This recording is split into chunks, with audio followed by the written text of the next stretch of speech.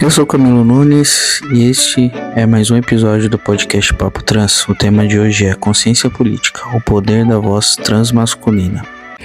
Um tema tão importante nesse período por conta de ser um ano de eleição municipal, né? Então nós temos como principal tema hoje, né, essa importância da consciência política e do ativismo para homens trans e como isso impacta a luta por direitos e inclusão social, né? Explicar para vocês que a consciência política tem a ver com a gente entender o quão importante é os nossos corpos estarem inseridos tanto nas questões políticas, mas como a gente entender o que é essa consciência política, né? E a sua relevância para as minorias, especialmente para os homens trans. Então, contextualizando vocês, né, o que é consciência política? É uma definição importante, uma sua definição e importância para as comunidades mais marginalizadas, ou seja, as pessoas que assim, se a gente for olhar para um ângulo, né, crítico, no sentido de que não somos vistos muitas das vezes, e eu digo isso por experiência própria, né, por ter passado por algumas situações. Então, a consciência política é sobre entender, né, como as decisões políticas, por exemplo, impactam diretamente a nossa comunidade, como as leis em relação ao nome social, políticas sobre saúde pública, a criminalização da transfobia. Então, ou seja, os nossos corpos são corpos políticos. Então nós já temos essa ideia, isso já está em nós. O que a gente precisa entender é como a política impacta nossas vidas diretamente. Então, desde acesso à saúde, emprego e segurança até a luta por direitos civis básicos. Então, quando a gente apoia uma pessoa politicamente falando, ela tem que estar dentro. A gente tem que ter essa consciência política para a gente entender o que ela está trazendo, que pode nos afetar ou que pode nos desfavorecer ou nos favorecer ou nos colocar numa situação onde a gente pode ser quem a gente é. Então, consciência política é a gente entender quem nós somos, entender como a política interfere as nossas vidas diretamente e indiretamente. E um fator que, para vocês entenderem como ela afeta diretamente, é que você pode ter dinheiro e passar a fazer o tratamento hormonizador ou só apenas um acompanhamento psicológico no particular. Mas se essa pessoa, né, se houver uma lei municipal, se houver uma lei estadual ou federal, onde nós não podemos ser atendidos como pessoas trans, essa pessoa pode cortar o atendimento a você. Então não só pelo SUS, mas pode acontecer isso em particular, se caso houvesse uma lei contra, né, uma lei anti-trans, que a gente costuma ver por aí. Então, ter consciência política é entender tudo isso, entender que o nosso voto conta muito e de que, dependendo da pessoa que estiver lá no poder, tanto a gente está falando mais de municipal, né, por conta das eleições, mas dependendo da pessoa que estiver lá, a pessoa pode simplesmente votar a favor aí de uma lei anti-trans. Em Santo André, recentemente, nós tivemos uma assembleia, uma votação, né, dos vereadores, onde estava em discussão a utilização do banheiro. Como sempre, o banheiro sempre vem à tona, né? E aí muitos vereadores votaram a favor de que pessoas trans não deveriam utilizar o banheiro segundo a sua identidade de gênero. E apenas 1 ou 2 ali votaram contra essa lei. Então fica aí o questionamento, né? Se a pessoa que você está apoiando, ou se o partido que você está apoiando, ou se aquilo interfere na sua vida ou não interfere, né? Então a gente tem que pensar sobre isso. Falando sobre a história do ativismo transmasculino principalmente, é muito recente, né?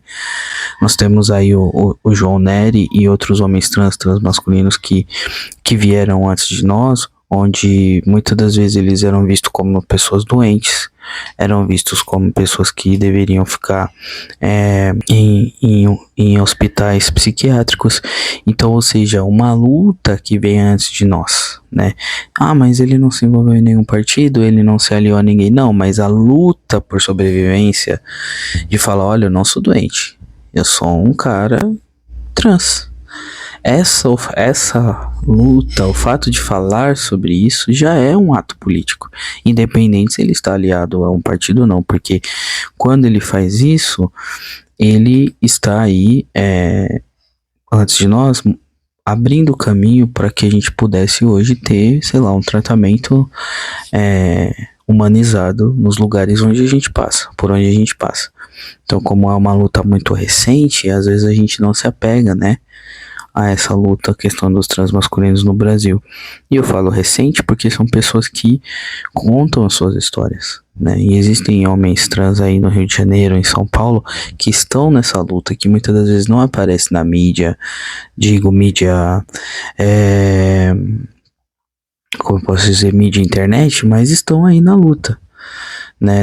Para que nós continuemos tendo acesso a políticas públicas, a saúde, educação e empregabilidade, né? A gente vê muito mais aí mulheres trans, travestis, mas existem muitos homens trans também, transmasculinos, que estão nessa luta junto com elas, né? E que muitas das vezes a gente não sabe nem o nome, né? Mas eles existem e estão aí nesse processo. O papel do homem trans na política atual. Atualmente a gente tem alguns homens trans que estão na política que são de direita. E aí, como eu posso dizer, isso afeta diretamente quem a gente é, no sentido de que eu trouxe aí o contexto no começo do áudio, né? Falando que existem câmaras de vereadores, tentando aprovar leis contra pessoas trans, homens trans, que fazem leis aí pra gente não utilizar o banheiro ou pra gente não ter acesso ao nome social. Muitas das vezes essas leis antitrans estão associadas à direita brasileira. Infelizmente, a gente aceitando ou não, é uma realidade, é um fato, né? Se a gente só fazer uma pesquisa rápida aí, a gente vai ver que essas leis muitas das vezes são formadas por partidos de direita, né? E isso afeta diretamente na nossa vida. Então a gente não vê muitos homens trans, transmasculinos aí na luta por nossos direitos. Na verdade, a gente vê pessoas trans masculinas aliadas à direita por questões pessoais, por conveniência, por trabalho, enfim, por outras questões que não seja a luta por pessoas trans, né? Então, é um pouco difícil, né, pra gente. Não vou trazer os exemplos negativos, mas nós temos aí alguns candidatos também que estão saindo de alguns municípios para eleições municipais. Então a gente precisa, né, entender aí. Essa eleição de 2024, ela traz aí mais ou menos 967 candidatos de todo o país que se declaram transgêneros, segundo o TSE. Então vamos lá. Pra gente entender essa questão de quais são os homens trans que têm se candidatado, em São Paulo principalmente, eu vou trazer alguns nomes aqui para vocês, que nós temos um candidato aqui no interior de São Paulo, que ele é um homem trans, né? E isso ajuda a gente a trazer esse exemplo de homens trans que estão na direita e homens trans que estão na esquerda. Mas volto a dizer, eu não tenho nada contra essas pessoas, mas eu trago um exemplo de que a direita sempre monta leis antitrans. Então, né, a gente precisa rever em relação a quem a gente acaba se aliando, né? E aí eu vou trazer um exemplo para vocês de homem trans, que é o Lê Magalhães, tá se candidatando aí a vereador pelo município Tá se candidatando pela cidade de Franca, né? Franca é interior de São Paulo.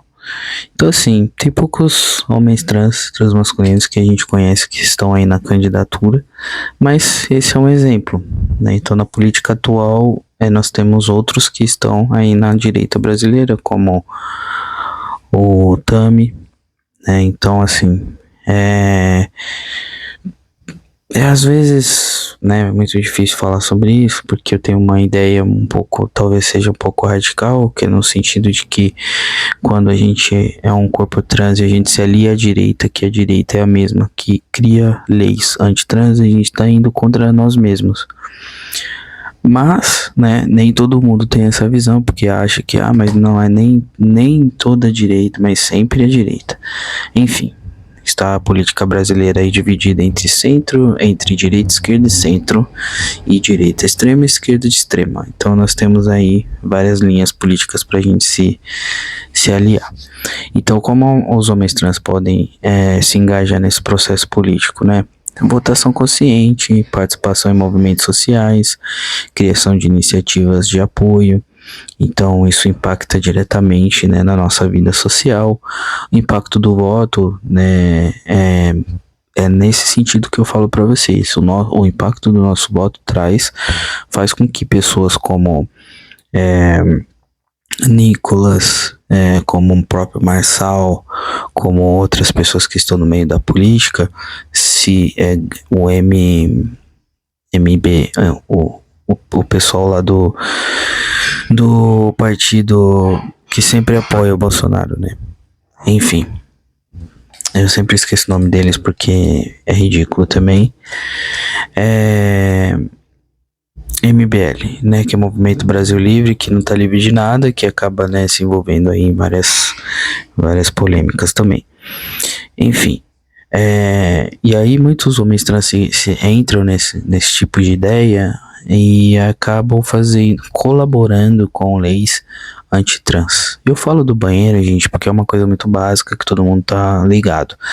Mas existe desde a retificação do nome até a empregabilidade, por exemplo. Né? Então a gente tem que despertar aí com o impacto do nosso voto nessa questão de direitos trans. Como que a gente pode despertar a consciência política e se engajar? Então eu vou dar algumas dicas para vocês que não sabem de onde começar, como entender esse processo. Participar de coletivos, de ONGs que lutam por direitos trans, por exemplo. Então, desde time de futebol até coletivos acadêmicos. Então você pode se envolver com pessoas procurando nas redes. Mas eu não sou muito das redes. Eu sou muito assim, ó. Eu tenho um pensamento assim, se você não é muito das redes, tá tudo bem. Mas se você quer estar mais perto de pessoas trans, iguais a você, ou não binárias, transmasculinidades no geral, você precisa entrar nas redes só para saber onde essas pessoas estão. E aí depois você fica só ali no WhatsApp mesmo e tá tudo certo. Mas só para saber onde estão esses grupos, onde eles estão inseridos, onde eles se encontram, onde se reúnem. Então, a participação de coletivos não quer dizer só de esportes, mas tem a ver com grupos acadêmicos, artistas, enfim, na luta mesmo. Então, precisa conhecer para estar mais perto dos seus. Como vocês podem entender isso, né? É através que vem as informações. Então, informar sobre pautas políticas e seus impactos na comunidade trans, tá sempre se atualizando, entender o que está sendo feito no meu município, o que é contra pessoas trans, o que tem sido feito no meu município, o que tem sido a favor de pessoas trans. Então, quando eu falo de ambulatório, não é só um ambulatório especializado, mas é existir um lugar onde eu possa estar e ser tratado como você que é um homem trans, ser tratado como um homem no masculino. Se eu sou uma mulher trans travesti, ser tratada no feminino. Então, né, o que tem sido feito? Quais são as pautas políticas que tem rolado na minha cidade, no meu município, aí onde eu estou? Né, saber a diferença entre lei federal, estadual e municipal, saber os impactos disso tudo. Tudo isso, gente, a gente encontra na internet ou até mesmo encontra em livros que falam a respeito de política. Tá? Não é muito difícil esse acesso, é só a gente saber como pesquisar. Entender a importância da construção de redes de apoio e articulação entre pessoas trans e aliadas. Nós temos aí o IBRAT, que é o Instituto Nacional de Transmasculinidades, onde tem em todos, basicamente tem em todos os lugares, tem o nacional e vai se subdividindo pelos estados e municípios.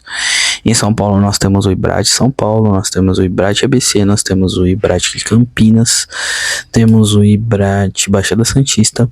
Ou seja, temos movimentos de homens trans e transmasculinos rolando pela cidade, pelo estado, pelo país, e a gente precisa estar inserido nisso.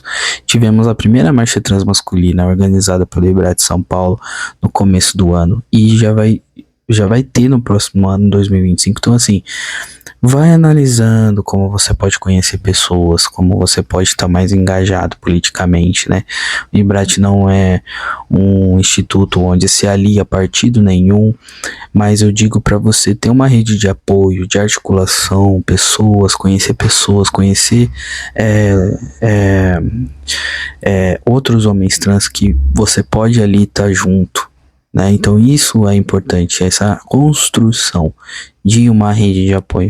E se não tem na sua região, você pode montar a sua e juntar outros homens transmasculinos para conversar, trocar uma ideia, ir no bar, tomar uma, jogar uma sinuca, ou jogar uma bola, ou jogar um vôlei, ou simplesmente jogar um videogame. Então o importante é ter essa construção de comunidade, né? O corpo trans, eu digo que ele é da comunidade, ele é junto, ele nunca é um indivíduo só. Porque quando eu conquisto uma coisa, eu sei que outras pessoas vão conquistar também depois de mim. Porque foi uma coisa que foi difícil pra mim, mas pra outra que vier depois de mim, vai ser um pouco mais fácil. E se eu hoje tenho acesso a algumas coisas, é porque outras pessoas foram antes de mim e foi mais difícil.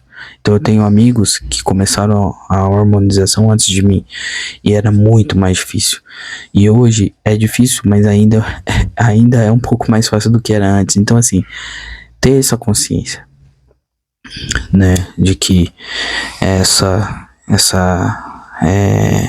esse círculo que vai aí, nessa roda gigante que vai girando e as coisas vão acontecendo. Conquistas e desafios futuros, né? A gente precisa refletir sobre as conquistas que a gente já conseguiu, os desafios que a gente ainda tem pelos direitos plenos, né, para os homens trans. A gente vive uma grande discussão sobre os lugares onde a gente pode ser inserido e os lugares que a gente não pode estar. Então a gente tem dificuldade muitas das vezes de retificar o nome, retifica o CPF, retifica tudo, e aí chega lá, abre conta em um banco e o banco fala assim: seu nome é fulana de tal. E você, como homem trans, fala: ué, da onde surgiu esse nome? Né?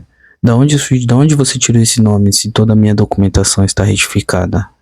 Então, assim, conquista. Você conquista um pouco, você conquista as coisas, mas ainda assim existem sistemas que nos oprimem, né? Que nos colocam na posição de como se a gente estivesse errado. Então, ainda existe uma luta para garantir os direitos básicos. Qual é a dificuldade dos bancos em retificarem nosso nome a partir do CPF da Receita Federal? Onde está a dificuldade? Né? Então é uma questão política também, independente do banco ser particular ou ser privado. Então essa discussão sobre o futuro da luta política, né? O que está em jogo nessas eleições municipais aí no seu município? Pensa aí, o que está em jogo? Realmente está a saúde e educação? Ou está uma briga para ver quem vai ter mais dinheiro ou não vai ter? Né, as políticas públicas estão em andamento? Como a comunidade trans pode continuar avançando? Como a comunidade transmasculina pode continuar avançando nos seus direitos a partir do seu município, a partir de onde você mora? Né, a partir do seu bairro, da sua rua. Como é essa construção? Como tem sido essa construção? Né, será que os vereadores estão pondo propostas anti-trans e você não está sabendo? Será que os vereadores estão propondo leis, decretos, ideias, projetos onde você não está sendo inserido? Então tem que pensar sobre isso, né? E falando um pouco sobre essa construção, vou trazer um exemplo para vocês. Eu, nos últimos dias, né, tô matriculado em um curso técnico onde precisava do meu histórico escolar. Eu fui até a escola procurar, né, meu histórico escolar, e aí a escola falou pra mim que era impossível retificar meu histórico escolar. A partir daí, insisti algumas vezes e ela falou que seria impossível. Eu pensei, né? Realmente é impossível. E ela falou pra mim, olha, outras pessoas trans já vieram aqui, pediram o histórico e desistiram porque demora muito. E eu falei assim, bom, se demora muito ou não, eu quero meu histórico. E a partir daí eu chamei uma pessoa, um amigo meu que entende dessas questões de retificação, principalmente nos órgãos do Estado, e ele me disse que não era impossível retificar. Por quê? Porque tem homens trans que retificam o histórico que acontece de forma rápida. No meu caso, teve esse impasse aí da secretaria. E ele me mandou vários prints, eu mandei pra ela, falei, olha, eu tenho direito, mandei os prints, ela falou, olha, eu vou ver com a diretoria de ensino da nossa região. Ok, fechou aí. Automaticamente, em paralelo, eu fiz a denúncia na Secretaria da Educação. E mandei todos os prints, todas as questões, e aí me foi solicitada a retificação do histórico escolar em 2 dias depois a minha reclamação, a minha denúncia. Então, ou seja, e as pessoas que foram antes de mim pedir retificação e a secretária virou e falou, é impossível. Eles desistiram, né? Por quê? Porque já foi colocado na frente que era impossível. Então, a gente tá falando de um órgão estadual, mas assim, isso pode acontecer com a gente em muitos momentos. E onde as coisas são colocadas dessa forma, como impossível, impossível, impossível. E as pessoas não sabem fazer o trabalho. Não é que ela não queria fazer, talvez ela até quisesse me ajudar, mas ela não sabia como fazer. E não queria, sei lá, ter trabalho para fazer, talvez seja essa a definição. Então, os nossos desafios são esses, é direitos básicos, é ter um histórico escolar retificado, é ter um documento retificado, é não ter passar o constrangimento de você ir num banco e ser barrado, né, por conta do nome. Então são coisas como essa que a gente tem que prestar atenção nas leis, tem que prestar atenção naquilo que está acontecendo politicamente falando, né? Então isso foi numa questão de escola, mas pode acontecer, sei lá, uma lei num estatuto que a prefeitura, que os vereadores estão em votação e você não sabe, é o vereador que você apoiou, o cara que você ajudou a ganhar, o cara que você prestou apoio e assistência, e às vezes é o mesmo que tá aí a favor de leis antitrans, né? Então essa consciência política vem daí. Então, recapitulando os pontos, é interessante a gente entender a história, o que é consciência política, né? Entender o que os nossos corpos representam, entender o que está acontecendo no nosso município, quais são as propostas, os objetivos, os projetos que estão sendo postos, quais são as leis antitrans que já vieram. E será que esse candidato, essa candidata, esse candidato que eu tô apoiando, ele foi a favor dessas leis antitrans? Ou foi a favor dessas leis que atravessam o meu corpo? E eu tô apoiando ele hoje? Então a gente tem que pensar sobre isso, né?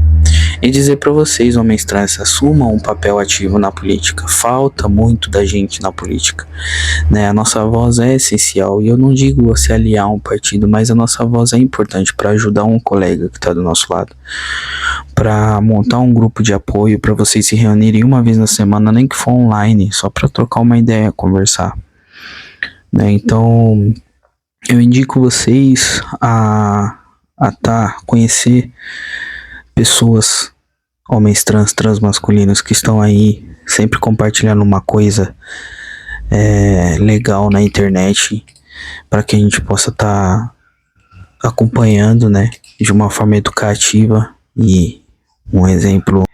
Espero que vocês tenham gostado desse bastante educativo, né? Digo assim, espero que vocês tenham gostado desse episódio, que vocês possam me acompanhar, curtir, compartilhar, que vocês possam também estarem acompanhando os IBRATs por aí, né? IBRAT São Paulo, IBRAT Nacional, que vocês possam acompanhar pessoas que estão engajadas na luta transmasculina. Tenho como um exemplo um cara que eu admiro muito, que é o Ken Ferreiro, que tá aí no Trans no Corre, um cara que sabe, sempre tem um conteúdo legal, às vezes assim, né, que a gente olha e fala, poxa, já passei por isso e tudo mais. Nós temos também aí outros homens trans transmasculinos no Embrate ABC que você pode estar acompanhando, e não binários que você pode estar acompanhando para poder ver, né, o trabalho dessas pessoas. Tem o Ravi também, que é do Ibrate São Paulo. Assim, várias pessoas do Juca, várias pessoas que estão ali no Ibrate São Paulo e no Ibrate ABC também, como o Felipe, que é o coordenador do Ibrate ABC, pessoas que você pode acompanhar nas redes. Atualmente eu sou suplente, né, do Conselho Municipal LGBT de São Paulo, como representante de homem trans, e tem o Fernando, o Kel, que também aí um cara para você acompanhar, para você trocar uma ideia, né? Mesmo que eu não sou muito das redes, mas eu gostaria de me conectar. São essas pessoas que você pode se conectar e conhecer e estar junto. Enfim, espero que vocês tenham gostado desse episódio. Continue acompanhando o podcast Papo Trans. Comente lá na plataforma de áudio, na plataforma de vídeo. Fale o que vocês acharam do episódio. Também podem ali comentar sobre o que vocês gostariam de ver aqui no podcast, para que eu possa trazer esse conteúdo para vocês. Tá certo? Espero que tenham gostado. Um grande abraço e até a próxima.